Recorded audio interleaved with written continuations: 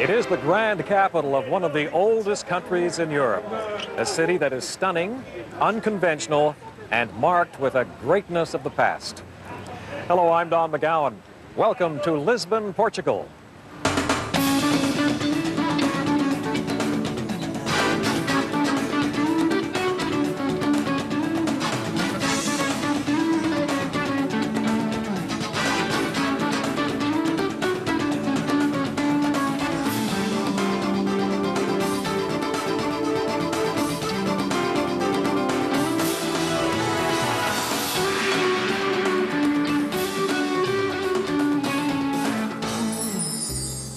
For most visitors to Lisbon, it is love at first sight. Although it is a capital city, it has the warming feel of a small town. The skyline is topsy-turvy, spread out over 7 hills, offering some great views. Lisbon is a kind of crazy quilt, an attractive one, best explored on foot or public transport. The core of Lisbon is built on a neoclassical grid, so street maps are very easy to follow. Not since the shattering earthquake of 1755 has there been such extensive restoration work on Lisbon's beautiful historic buildings and squares. Lisbon's mark of past greatness is never lost on the visitor.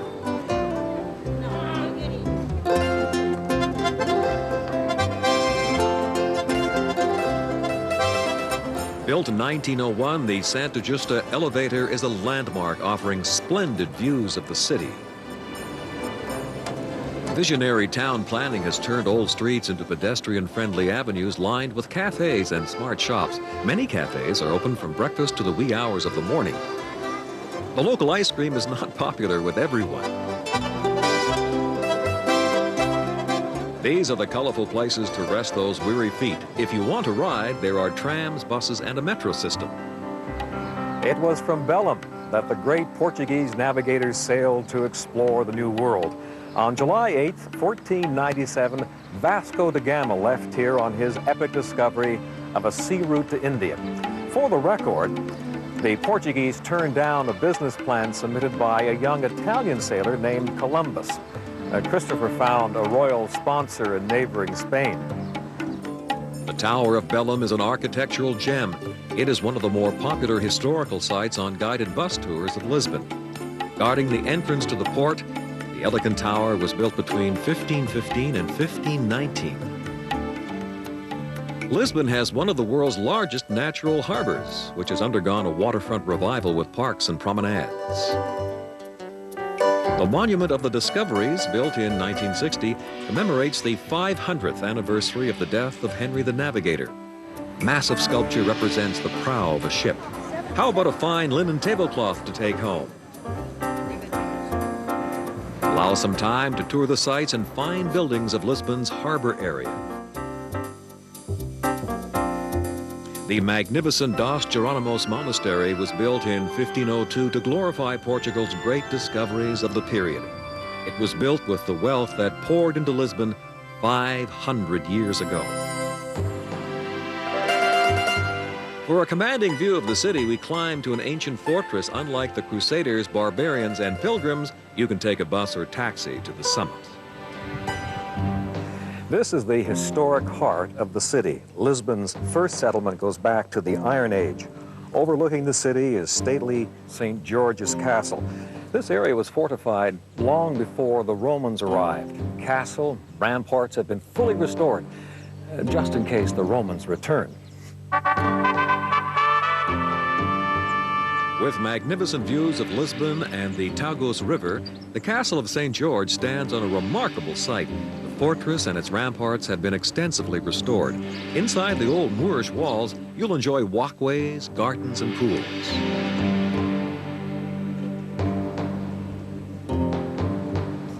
Many visitors time their visit to the castle to include lunch on the terrace, fresh fish, a glass of vino verde, and delightful Lisbon below. Portugal joined the European community in 1986. Lisbon welcomed new foreign investment, and locals like to point out the extensive redevelopment in their city. Still much of traditional Lisbon can be found today, especially in the town's oldest quarter. It is my favorite part of the city, Alfama. This is a working-class neighborhood with thankfully very few trappings of modern tourism. You will like discovering this quarter with its maze of narrow streets and winding alleys, all clinging to the hillside. In the mornings, when the fisherwomen arrive to sell the night's catch, Old Alfama is particularly active. In the cafes, there are no tourist menus. You eat at local prices. Even with the warm greetings, you feel like you are an intruder in a community that has a life of its own. Alfama, experience it. If the Portuguese have one type of homegrown music, it is Fado, meaning fate. Fatalism is a national trait. With a voice full of melancholy, the song tells of loss of love, loss of family, home, friends. If all this sounds a little depressing, well, it is.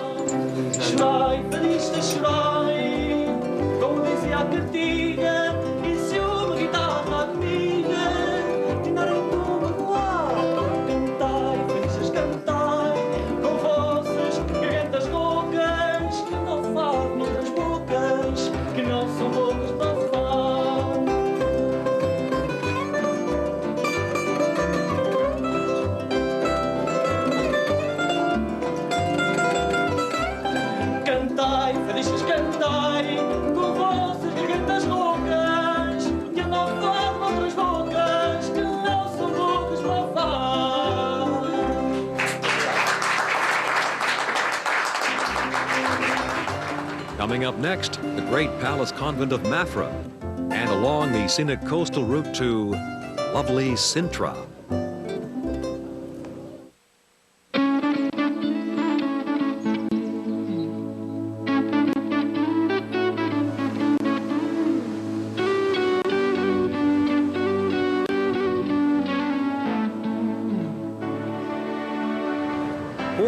Kilometers northwest of Lisbon is the impressive Baroque palace convent of Mafra. It was built not to impress the neighbors, but to fulfill a vow. If anything, King John V of Portugal was a man of his word. John was given to extravagance. He promised to build a grand monastery if his Austrian wife bore him a child. Well, 6 years and 3 children later, work began on his palace convent. The year was 1717. It almost bankrupted the country. Construction of the palace and monastery was financed with gold from Brazil at the time a Portuguese colony in South America. It was to be a modest, cloistered place for 13 monks. In the end, the complex accommodated 300 monks and the entire royal family. 50,000 workers spent 13 years building the palace and monastery. Talk about cost overruns. The basilica is built of marble and is famous for its 114 bells, the world's largest collection. During the summer months, there are carillon concerts on Sunday afternoons. A guided tour will help you to fully appreciate this magnificent site.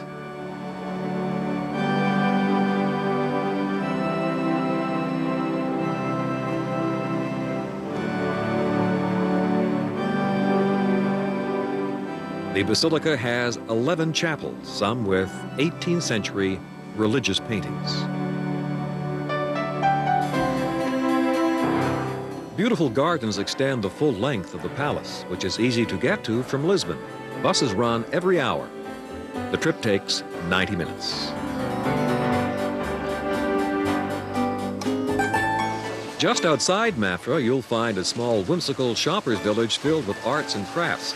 This is the Mall, rural Portuguese style. On day trips out of Lisbon, you'll get a chance to enjoy breathtaking coastal views. Have lunch in a small seaside village, take in those great seascapes.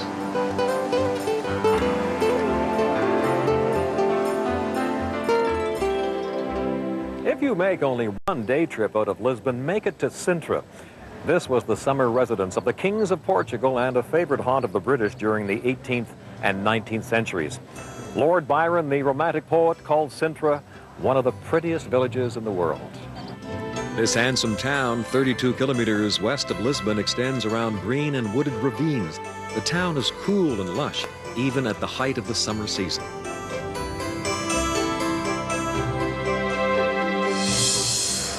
Many years ago in this country, and I mean many years ago, most towns had a hanging tower in the city center. If you broke the law, they would hang you by your wrists from one of those extending hooks. They might flog you for your misdeeds. Of course, the hanging tower is not used these days, except for English soccer fans.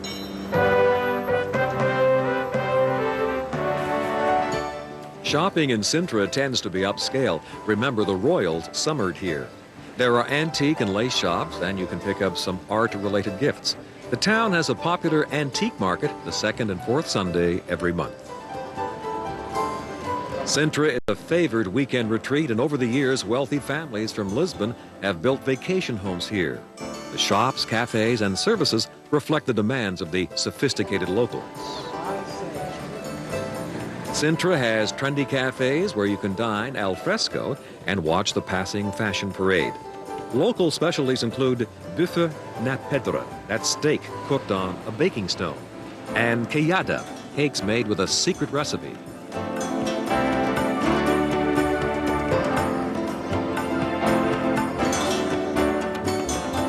Sintra, a nice place to hang out for kings, poets, and common folk alike.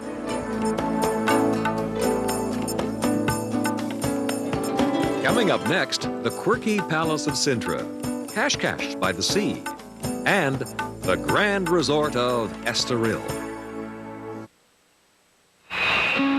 Travel flew to Portugal, courtesy of Air France. Air France, making the sky the best place on earth.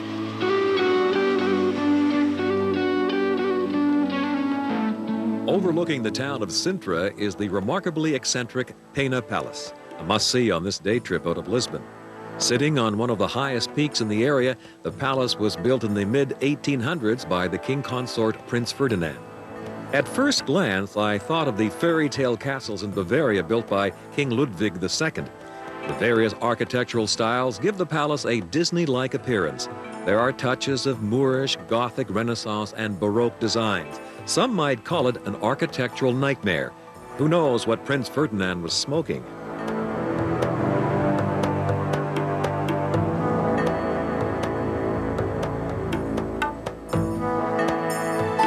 The views are spectacular.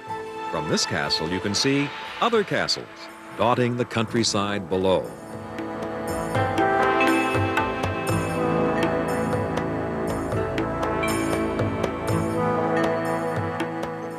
The eclectic nature of Pena Palace is enhanced by the vivid colors in this mad potpourri of towers, domes, ramparts, and walkways. The palace is open from 10 a.m. to 1 p.m. and from 2 p.m. to 5 p.m. The gate is closed on Mondays, servants' day off. Seen from above is an 18th century palace which has become a five-star hotel. The Hotel Palacio Cascais is one of the most elegant hotels in Portugal and one of the most expensive. Well, you can just drop in for tea. Invite the royal neighbors high up there on the mountain.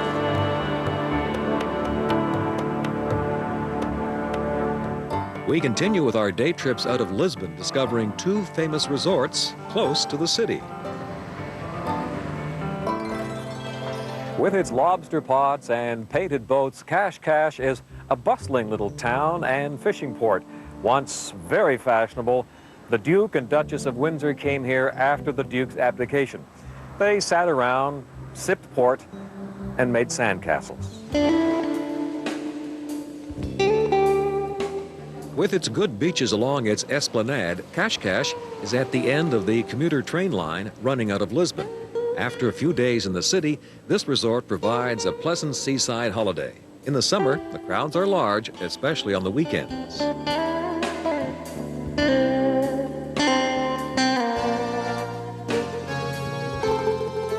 Undisturbed by the hustle and bustle of beach life, the fishing community continues its age-old traditions. The catch of the day on your table tonight.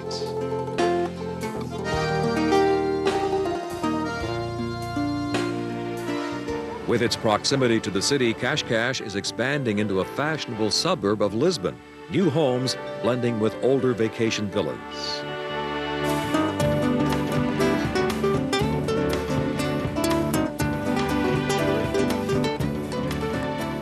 The climate, cafes, and beaches of Cascais attracted writers and artists in the 1930s. Today, the town is very popular with British and German tourists. Some menus include bangers and mash and Wiener Schnitzel. In town, there's a constant flurry of activity along the colorful streets and squares, where food prices are reasonable. Grilled fish and chicken and chips are budget-conscious meals in this resort.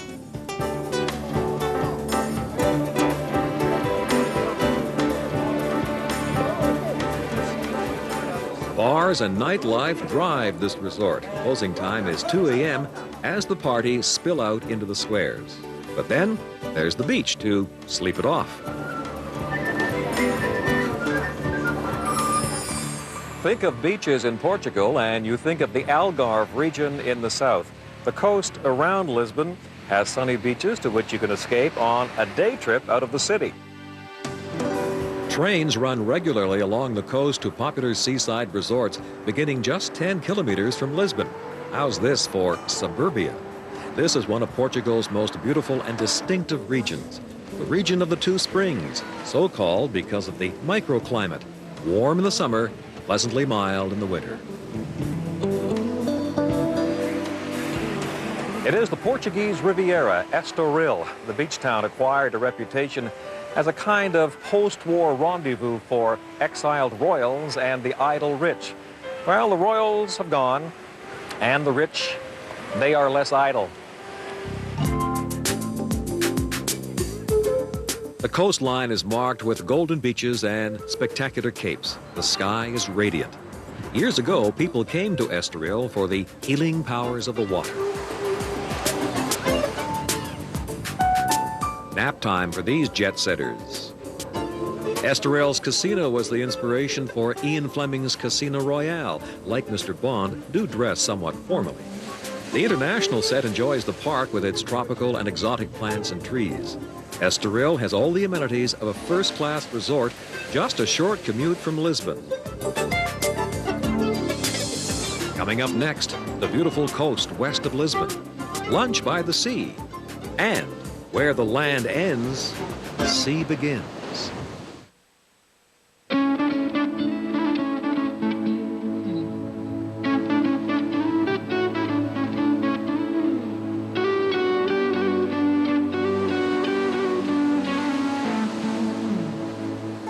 The drive along the coast west of Lisbon is spectacular. The beaches beyond Estoril and Cascais are less crowded. It is mid-morning, hardly a sunseeker on this wide sandy beach. Along the coast, lunch is just ahead. Onions, garlic, and olive oil dominate the table in this country. The Portuguese love spices. The food in Lisbon is excellent, inexpensive, and not served sparingly. The fish, of course, reigns supreme. A typical dish is dried salted cod. My Portuguese friends tell me they can serve it 365 different ways. Sounds like a fish story. In this ocean paradise, I was invited to lunch. My host was Germano de Salas, Portugal's tourism commissioner in Canada. Bom dia. Bem-vindo ao Montemar. Thank you. I'm never late for lunch in your country. The restaurant Montemar, one of the finest in the Lisbon area, opened in 1989. It is famous for its fresh seafood. No kidding. Serving lunch and dinner, the Montemar is open year-round. You can dine inside or outside, overlooking the Atlantic Ocean. Is this your lunch? Well, I can share this with you. Yeah? Yes, this is a big lobster, 4 pounds. 4 pounds. 4 pounds. We can all share it. Yes. Okay, thank Obrigado. you. What else have you ordered for us? Well, we have some crayfish, some shrimp. Then you have this sauce. Is that a sauce? Yes, it's done from the inside of the crab with some mustard. Very good, very special from Lobster here. already prepared? Yes, and then you have some catefish. Catefish. Catefish from our coast, and some rice that goes with the catefish. And I'm sure you'll like it. Portuguese have large lunches? They normally do, yes. Is the main meal? Lunch is probably the main meal, the main meal, and that's why the majority of the Portuguese, they have 1.5 to 2 hours lunch, and then dinner tends to be a little shorter. What would you serve here in a Portuguese home at dinner after such a large lunch? Well, the majority of the people would have a soup and some sandwiches. That will be the dinner. So Portuguese are not snackers at midday, are you? Not at all, not at all. No snacking. Yes. They'll have long dinners, long lunches. You have selected a beautiful spot for us here. Yes, the sea and the light, especially the light. It's a lovely place. Well, cheers. Cheers. Cheers. Cheers. These 2-hour lunches can be habit-forming.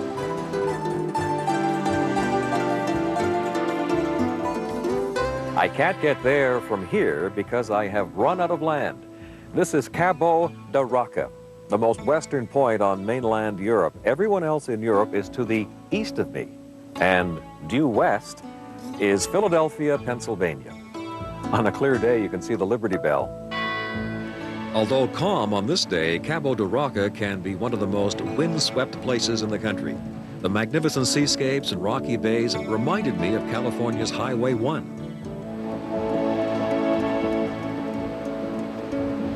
A portion of the Cape's hiking path runs along the edge of Western Europe, literally.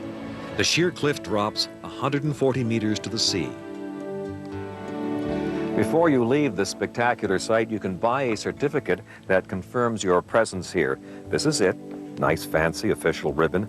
It reads, "This is to certify that Sir Donald McGowan has been to Cape Roca, Sintra, Portugal, the westernmost point in continental Europe where the land ends and the sea begins, where there still reigns the spirit of faith and adventure, which took the Portuguese caravels in search of new worlds for the world."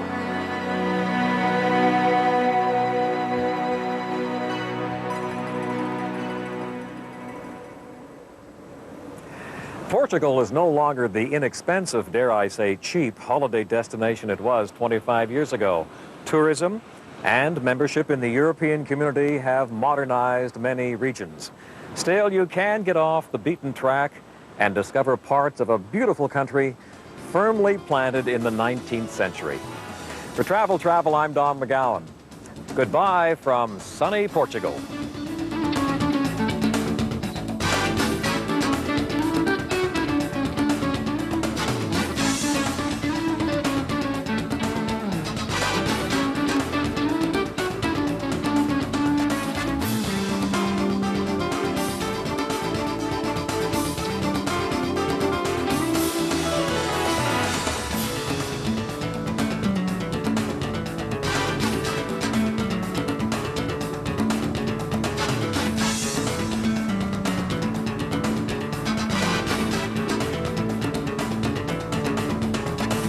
Don McGowan's wardrobe provided by Henry Marks, located on Drummond Street in Montreal.